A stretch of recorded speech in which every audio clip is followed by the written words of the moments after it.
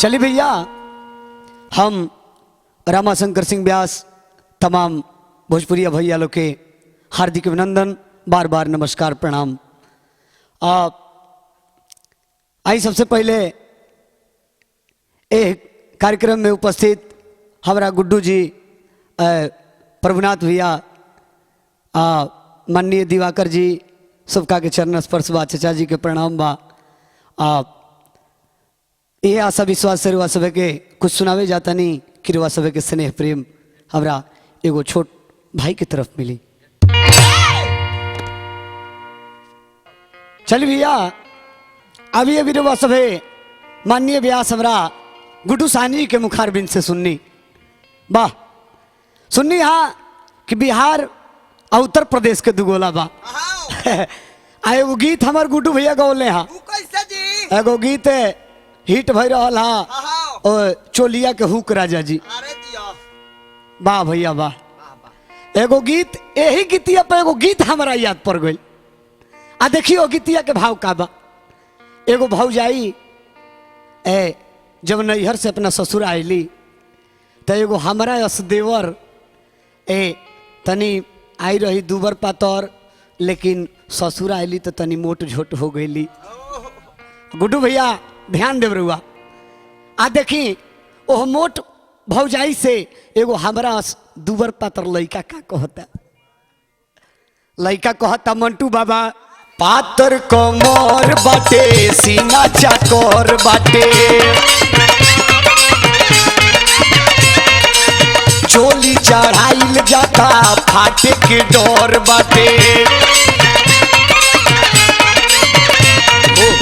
पातर कमर बाटे सीना चाकर बाटे, चोली चढ़ाइल जाता फाटे के डर बाटे।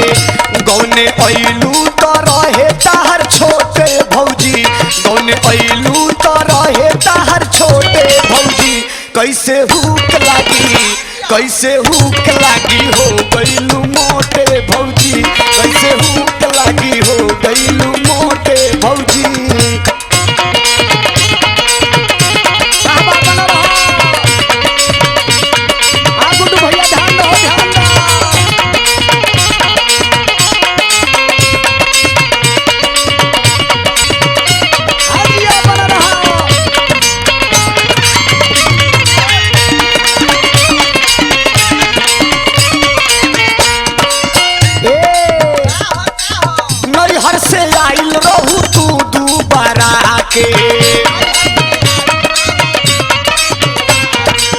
मोटा हो गईलू एही जाके आटा खा के, नैहर से आइल रहू तू दोबारा के। मोटा हो गईलू एही जाके आटा खा के, खैलू भैया के हाथ हाथ चोटे भौजी, खैलू भैया के हाथ हाथ चोटे भौजी। कैसे हुक लागी, कैसे हुक लागी हो गईलू मोटे भौजी, कैसे हुक लागी हो गईलू, कैसे हुक लागी हो गईलू मोटे भौजी।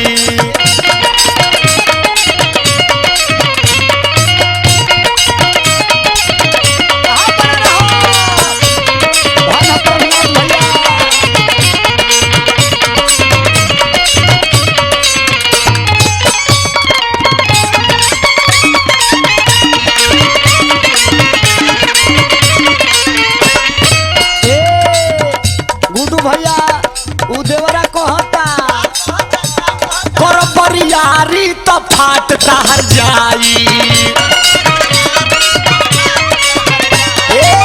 फेरा में फंस जईबू कैसे सियाई।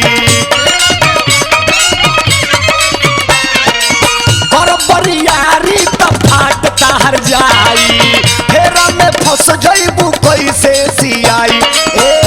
होता जो बन पेन्हे में चोली छोटे भौजी, होता जो बन पेन्हे में चोली छोटे भौजी। कैसे हुक लागी, कैसे हुक लागी हो गईलू मोटे भौजी, कैसे हुक लागी हो गईलू, कैसे हुक लागी हो गईलू मोटे भौजी। मंटू बाबा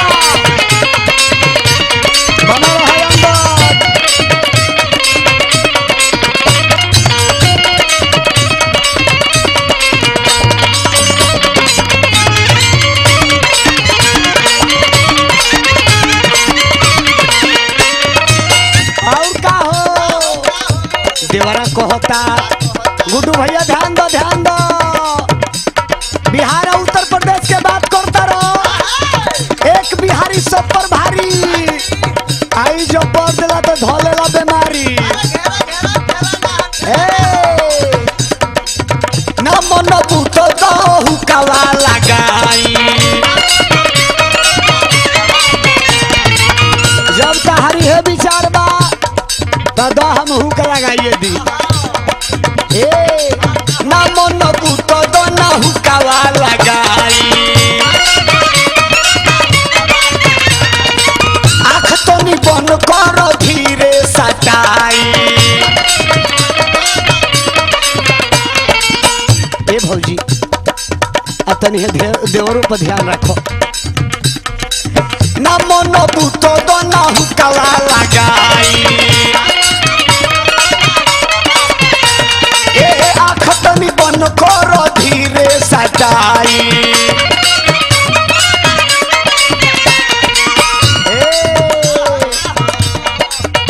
देरी कर जनी जल्दी जा तू नोटे भौजी देरी कर जनी जल्दी जा तू नोटे भौजी।